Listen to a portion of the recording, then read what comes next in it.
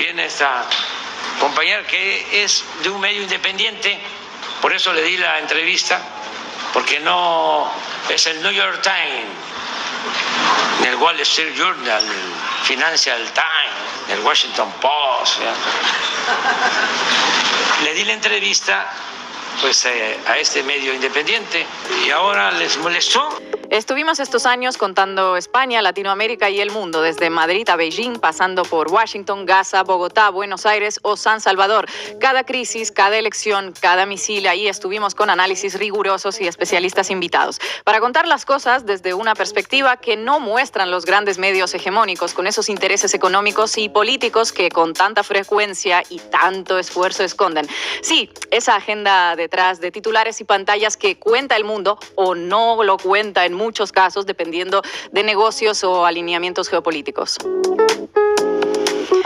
Ahora iniciamos una nueva etapa. Canal Red América Latina, que sigue a Diario Red América Latina, que ya está en línea con grandes periodistas de la región. Un proyecto desde el inmenso centro político que es hoy Ciudad de México, la capital de México, y en gran medida del progresismo latinoamericano. Ese proceso político donde se reforma el poder judicial con los votos populares y se negocia de tú a tú con un vecino tan arrogante e imperialista como los Estados Unidos de Donald Trump. Y hoy, 9 de junio de 2025, comienza la base América Latina. Hablaremos del continente desde Tierra del Fuego hasta Canadá para entender las ultraderechas, las izquierdas, las proscripciones, los levantamientos, elecciones o bloqueos, con Estefanía Veloz, encargada de desmenuzar cada titular de cada medio para entender lo que no dicen las noticias, con Marco Terusci y todos los datos necesarios para ordenar tanta crisis, y conmigo, Ina Finogénova, que ya me conocen y vengo recargada. Será de lunes a jueves a las 6 de la tarde en México y Tegucigalpa, que serán las 7 en Quito y Cali, las 8 en Santiago de Chile y La Habana, las 9 en Montevideo y Río de Janeiro o las 5 en Los Ángeles. Este proyecto, como todo lo que hemos hecho hasta ahora, es gracias al aporte de ustedes que valoran y creen en este trabajo, en el periodismo con rigurosidad y transparencia, en la honestidad para decir lo que muchos no se animan a decir y analizar así a nuestro continente que anda entre tanto desorden global, tanta revancha de sus élites y tanta resistencia a rendirse de los progresismos y las izquierdas. Para eso estamos y estaremos a partir de hoy. Y como no podía empezar de otra manera, este primer episodio es para comprender los medios de México y de toda América Latina, ese poder que moldea tantas ideas y resultados electorales. Bienvenidos y bienvenidas. Esto es La Base América Latina. La primera emisión de La Base América Latina, Estefanía y Marco a mi lado. ¿Cómo vamos, Marco Terusci? Bien, muy contento de estar acá con ustedes, con toda la audiencia de Canal Red, para contar América Latina, entenderla y dar la disputa mediática que la necesitamos hoy más que nunca. ¿Qué nos traes hoy? Vamos a hablar de los medios de comunicación, por lo menos los hegemónicos, en México, ese país tan maravilloso que tiene tanto que analizar sobre cómo funciona el poder mediático.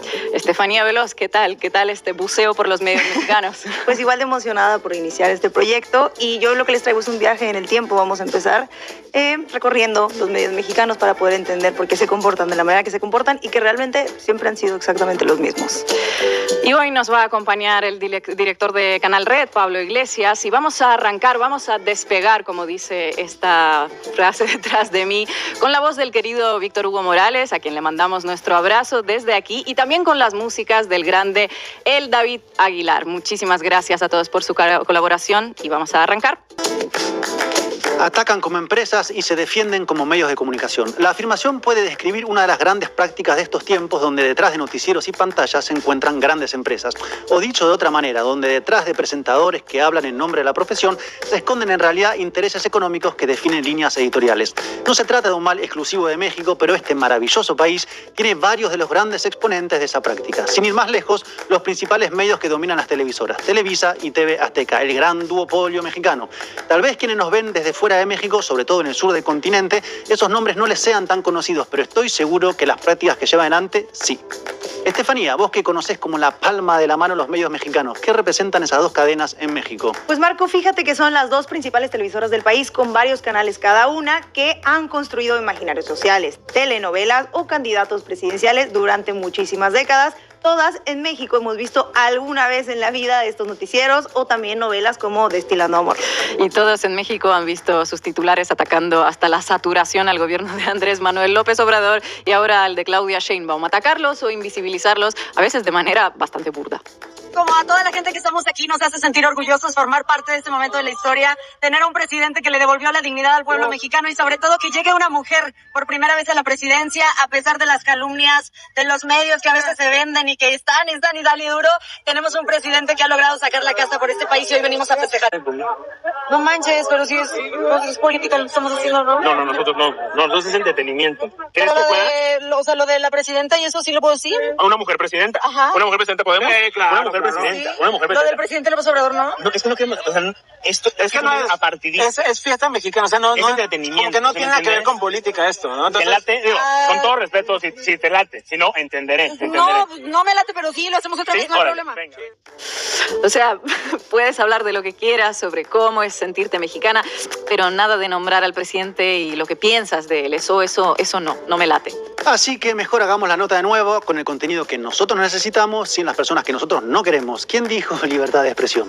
Sigamos con el duopolio televisivo en un país donde, según el Instituto Federal de Telecomunicaciones, el 74% de las personas consumen contenidos audiovisuales en televisión abierta y 55% por internet. Y sumemos dos cosas. Primero, que las televisiones, además de ser vistas en los canales, también lo son con recortes de programas en internet, por lo que su importancia es aún mayor. La tele pesa en México y mucho. Y en segundo lugar, un número, 2 horas y media. ¿Saben de qué es? Bueno, déjame adivinar. Tal vez la cantidad de tiempo promedio que los mexicanos consumen mirando la tele, ¿no? Exactamente, a lo que se suman 3 horas de consumo de internet diario, 5 horas y medio en total por día. Mucho tiempo para que esos medios de comunicación puedan influir en las conductas, deseos y opiniones de la gente o en lo que deciden algunos políticos, porque de eso se trata al fin y al cabo. Tal vez lo primero sería dejar de hablar en primer lugar de medios de comunicación, porque sí, hay pantallas, presentadores y breaking news, pero en realidad esos son canales que son parte de grandes grupos económicos que tienen muchos intereses antes que informar de algo como pues decir la verdad, o a ver, vamos a decirlo de otra forma, que utilizan sus pantallas para hacer crecer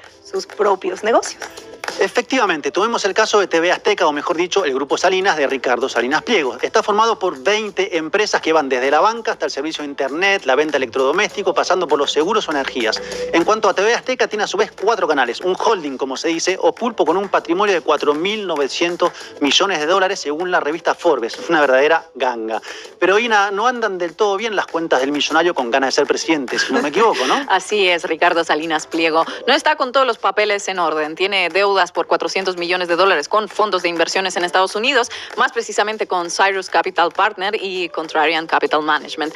Y adivinen quién lo andaba cobijando para defenderlo. Bueno, el Poder Judicial, ese que fue recientemente reformado a través de las urnas.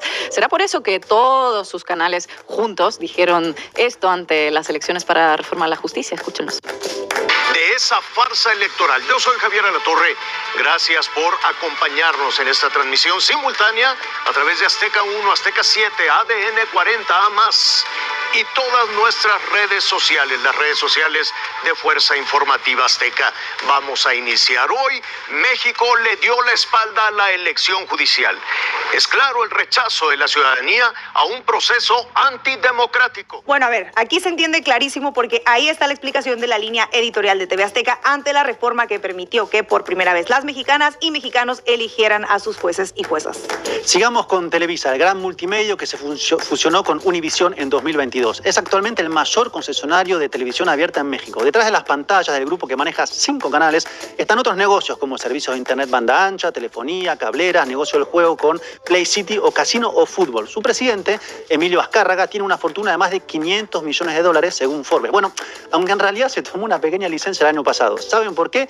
Está investigado en Estados Unidos por el FIFA Gate por presuntamente haber intentado sobornar a funcionarios de la FIFA para tener los derechos del Mundial 2026. Y adivinemos cuál es su posición política. Ay, no sé, yo tengo como un presentimiento. Y sí, también es ferviente crítico de la Cuarta Transformación, en particular por no tener privilegios que tenían gobiernos anteriores, como cuál es bueno que le renovaran la licencia de transmisión a finales del 2018 hasta 2042. Una renovación que fue, digamos, que algo obscena por decirlo menos, ¿no? Sí, fue renovada por el Instituto Federal de Telecomunicaciones a pocos días de que concluyera el gobierno de Enrique Peña Nieto y asumiera López Obrador. Me voy, adiós y nos vimos, no te conozco. Acá están las concesiones por otros 20 años. Y adivinen a quién más le renovaron la concesión en ese mismo momento. Sí, a TV Azteca, pero ¿quién se lo hubiera imaginado? Esos buenos tiempos neoliberales donde no había presidentes que cuestionaran la concentración mediática y se dejaban convencer. Aquella era una república sana que nos quitó el maldito populismo. Y tampoco había presidentes que dijeran blanco sobre negro que detrás de algunas líneas editoriales existen en realidad intereses empresariales. Imagínense si el periódico El País no va a estar en contra de nosotros en este y en otros asuntos, si ese periódico es de las empresas de España que antes venían y hacían lo que les daba la gana. El problema no es tener una posición conservadora, progresista, liberal y de izquierda, mucho menos ser opositor, porque no se supone de ninguna manera que el periodismo deba ser oficialista y acomodarse a cada gobierno de turno. El problema es que las posiciones respondan antes que nada a negocios. Como bien decía el periodista Kapuczynski, cuando se descubrió que la información era un negocio, la verdad dejó de ser importante. Y en México, así como en América Latina, muchos medios descubrieron eso hace un buen tiempo ya. Otro problema puede ser también que un medio esté constituido en un paraíso fiscal, por ejemplo. Eso ocurre con Latinus, cuya base está en Delaware, en Estados Unidos, el principal estado donde van las empresas que no quieren que se sepa de dónde vienen sus fondos ni quiénes están al frente. ¿Por qué un medio que solo habla de México se instalaría en un lugar así? Pregunto. Y adivinen cuál es la línea editorial de Latinus, rabioso opositor, inesperado. Pase lo que pase, la respuesta es la misma: la libertad de expresión y la censura del gobierno, porque decíamos al inicio que atacan como empresas, pero se defienden como medios de comunicación. Y la verdad es que detrás de muchas pantallas hay holding empresariales, como el Grupo Imagen, dueño de TV Imagen, Imagen Radio, Excelsior, que tiene negocios en hospitales, en hotelería, en finanzas, con el grupo financiero Multiva. Dime cuáles son tus negocios y te diré cuáles son tus titulares. Y tienen poder de fuego, o de crear opinión pública. Y como decía Aquino, el dibujante de La querida Mafalda, la opinión pública todavía no se ha dado cuenta que opina lo que quiere la opinión privada. Aunque hay que decir que tienen cada vez menos credibilidad. Lo afirma el reporte de noticias digitales del Instituto Reuters, que reveló que solo el 36% de los consultados confía en las noticias que consume regularmente.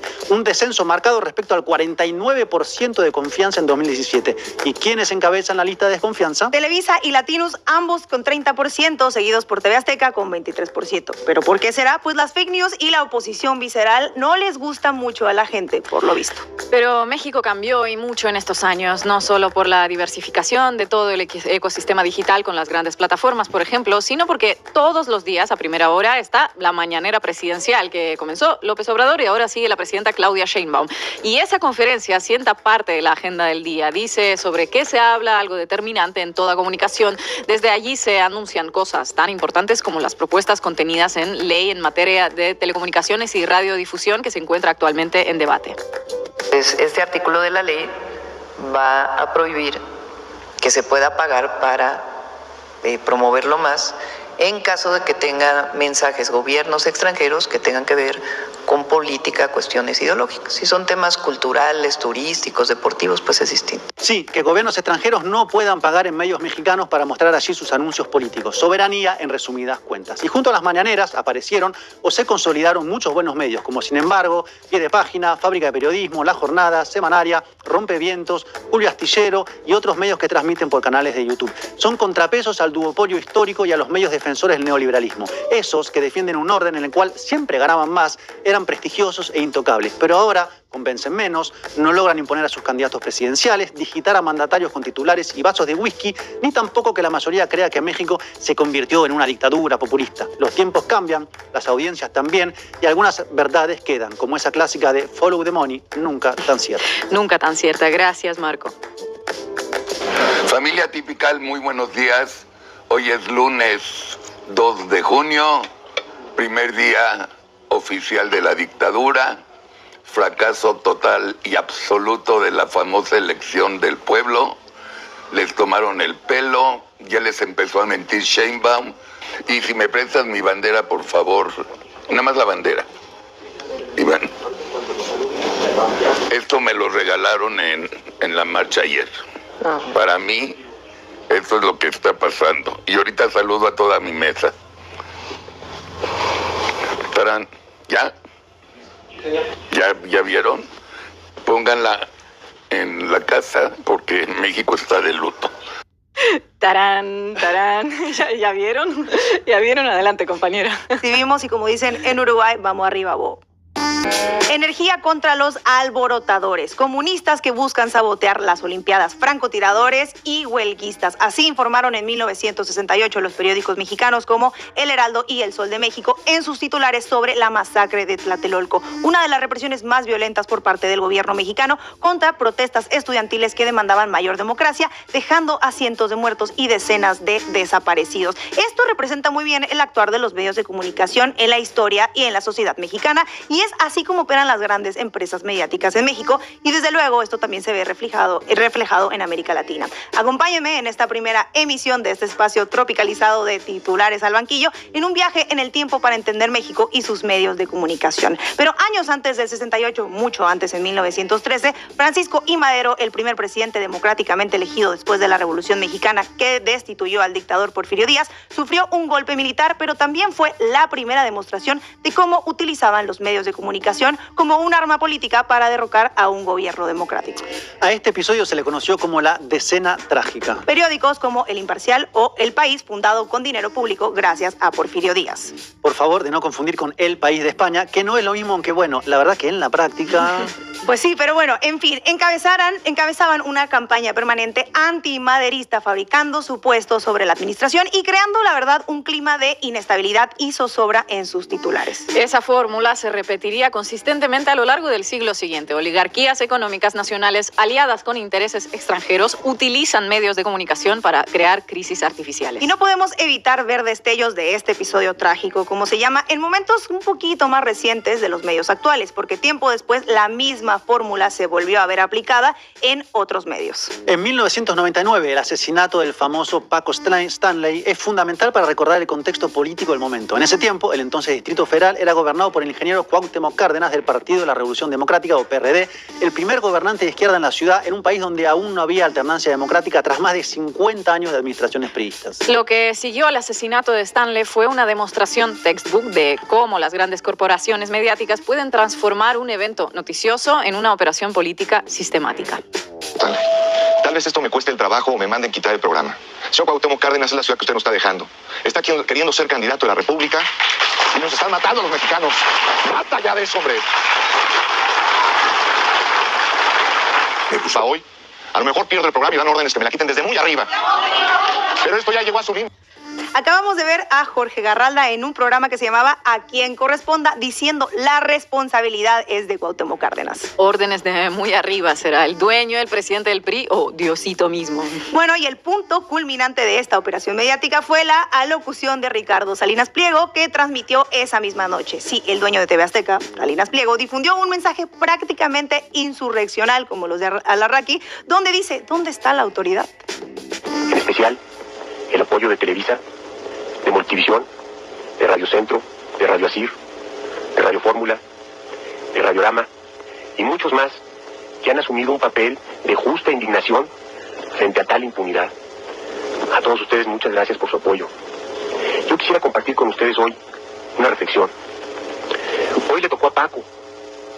Mañana le puede tocar a usted, o a mí, o a cualquiera. La impunidad nos aplasta. ¿Y dónde está la autoridad? Pregunto yo, preguntamos todos, ¿dónde está la autoridad? ¿Para qué pagamos impuestos? Ay, ¿quién lo diría? ¿Para qué pagamos impuestos? Dice Ricardo Salinas Pliego. Por cierto, también nos regaló un buen mapa de los afectos del ecosistema mediático de aquel entonces. Bueno, y de pagar los impuestos, como ya dije, ni hablar, envejeció bastante mal, ¿no? Pareciera que lo que intentaban hacer los medios en ese momento era culpar de todo al partido de izquierda, añorando aquellos tiempos maravillosos del priismo. Y años después, en el 2000, esa misma ciudad la iba a gobernar un líder joven de la izquierda o el humanismo, Andrés Manuel López Obrador, a quien van a intentar desaforar ya en el 2004, y algunos medios informaron sobre esto de una manera muy peculiar. Yo creo que sin duda les convenía que no avanzara en su carrera política para evitar lo que vendría después. ¿Y qué es lo que vino después, Estefanía? Pues fíjate, Ina, nada más y nada menos que la campaña presidencial de López Obrador en el 2006. Y si yo les pregunto a ustedes, ¿les suena un peligro para México? ¿En qué piensan? Bueno, López Obrador, un peligro para México. Acepta la barbarie y que se rompa la ley. Esto dijo tras un linchamiento. La lección es con las tradiciones del pueblo, con sus creencias. Vale más no meterse. López Obrador es un peligro para México. Gratis el gas. electricidad, la gasolina, el diésel y la luz, las Islas Marías como centro recreativo, los trenejitos bala para que se vayan de las. Y se me acaba de ocurrir que nadie paga impuestos. Muy bien, son 1 millón de millones pasaditos, ¿en efectivo o a crédito? No, pues en deuda que pague el pueblo. El despilfarro de López Obrador lo pagaríamos muy caro todos los mexicanos. No votes por otra crisis. Estamos preparándonos para la guerra asimétrica. ¡Socialismo o muerte! En México no necesitas morir para definir tu futuro. Solo tienes que votar. Ármate de valor y vota. Un nuevo modelo económico. López Portillo hizo las mismas propuestas. El resultado fue una crisis de 10 años. Carlos Salinas también propuso lo mismo. El resultado fue la peor crisis en la historia de México. Hoy López Obrador las presenta como un nuevo modelo económico. Propuestas que endeudan, que provocan inflación y desempleo. Podrías perder la casa que compraste crédito con tanto esfuerzo. Podrías perder tu trabajo. No votes por otra crisis. Bueno, y ahí surgió la campaña de Un Peligro para México, que incluyó estos spots que vimos, televisivos, cobertura sesgada y desinformación masiva. Después de esa campaña, AMLO intentó 2 veces más, una donde ganó Felipe Calderón con un margen de 0,56%, dudoso por decirlo menos, y que resultó en un movimiento político y social que exigía una cosa: voto por voto, casilla por casilla. Pero para que no anduvieran convenciendo al pueblo de esas cosas, para eso está Televisa, la televisora de las novelas, la que está en la casa de las familias mexicanas, que utilizó un personaje mítico de la cultura mexicana, Cantinflas, ni más ni menos, para decirlo a AMLO que hay que saber perder, pero sobre todo no hay ni vencedores ni vencidos. Hasta anular la elección.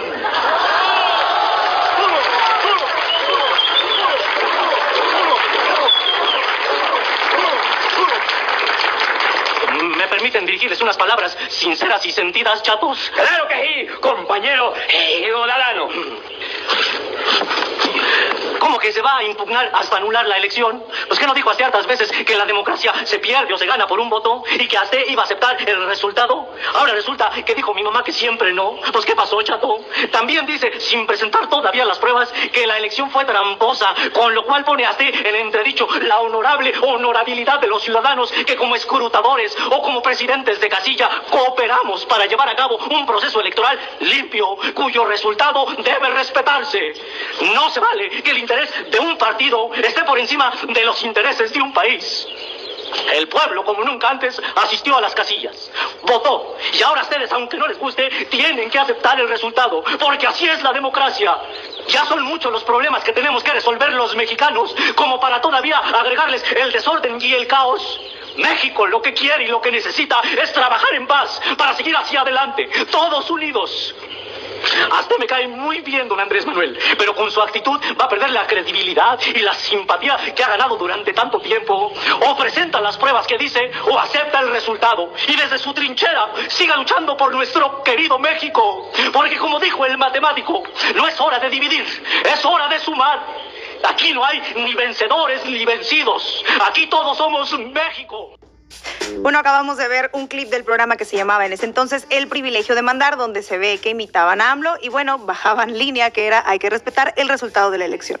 Televisa siendo Televisa, utilizando símbolos mexicanos al precio que sea, que así como se le daba a validar fraudes, también se le daba a fabricar candidatos que resultaran en presidente. Y ya llegando al 2018, cuando López Obrador, bueno, antes de que lograra ganar la presidencia de México con el partido Morena, hubo medios que quisieron aplicarle la siempre vieja confiable. Y esa siempre vieja confiable, con eso te refieres a todos los políticos progresistas con Fidel Castro, Hugo Chávez a la cabeza, ¿no? Pues más o menos, vamos a recordar este momento tan importante para el periodismo mexicano. Adelante con las imágenes. Por cierto, nos decían, no tienes gente de la DGI cubana en tu equipo.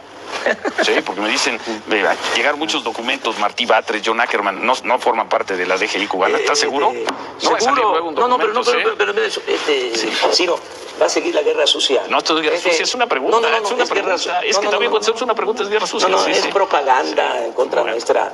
O sea, guerra sucia. No va a salir un documento. Afortunadamente, repito, reitero, insisto, la gente ya despertó. Ya el pueblo está muy avispado. Miren, un abrazo. Y despacito, poco a poquito. El 4 de junio va a haber celebración en todas las plazas del Estado de México. Y vamos si no a celebrar... ganan, van a reconocerlo. Gracias, Andrés Manuel. Hablando de Venezuela, los enfrentamientos de esta tarde entre opositores y policías dejaron 60 personas heridas, Andrés. La oposición no quiere que el gobierno instaure una asamblea constituyente que pueda redactar una nueva constitución. Los opositores no asistieron a una mesa de diálogo. Y antes de seguir con esta nota, Andrés Manuel, espérame que ya te quitaron el micrófono. Mandela Ahí está. Gandhi, Sí. Luther King, ahí está el camino. Leopoldo López, Lilian Tintori, ¿no? Sí, y todos los dirigentes sociales. ¿Y sabes qué también? Que quede claro, estoy a favor de la liberación de los presos políticos. En Venezuela. En todo el mundo. Venezuela incluido. Incluido Venezuela. Sí, buena nota. Sí, no a la violencia. Sí, se puede, con la no violencia, de manera pacífica, lograr la transformación de los pueblos, que es lo más importante, no cambio de gobierno. Sí, hay que cambiar el régimen. Gracias, Andrés. Gracias de nuevo. Vamos a ver imágenes de Venezuela. Hacemos una pausa. Bueno, y años después, específicamente 6 años después, ya cuando el presidente no era presidente, siguieron con la misma línea, exactamente diciendo lo mismo. Pues está cumpliendo 5 meses escondido. Cuando escondido es porque no puede salir a las calles de este país. No, pues se puede organizar mañana un meeting con 1 millón de personas en el Zócalo, eso sí. Y ahí para que lo vayan grabando y digan, vean, el pueblo lo empuja y demás, eso sí, lo pueden hacer. Pero él, en un estado de béisbol, él subirse a un avión, a una línea comercial, él está escondido, él sí está escondido, en donde esté. Dicen que en Tabasco, o en Cuba, o donde esté escondido. Pero bueno, los pocos que le quedan, le decían, tiembla Calderón. Sí, porque 13 de los detenidos fueron en el gobierno de López Obrador. Es decir, cada uno de estos detenidos se convierte también en un potencial delator, en un potencial testigo protegido. Y ya vimos, esos testigos pueden declarar cualquier cosa. Pueden decir que López Obrador un día se disfrazó de beisbolista y lo fue a ver. Que sí recibió el dinero del cártel de Irapuato y ahí le entregó. Y siguieron mintieron sobre los médicos cubanos, mintieron sobre Pemex, y esto demuestra que aunque el tiempo pase, las cosas cambien, los medios, sus intereses y sus formas pues no han cambiado mucho desde 1913, pero vale la pena tener este espacio para estárselos recordando.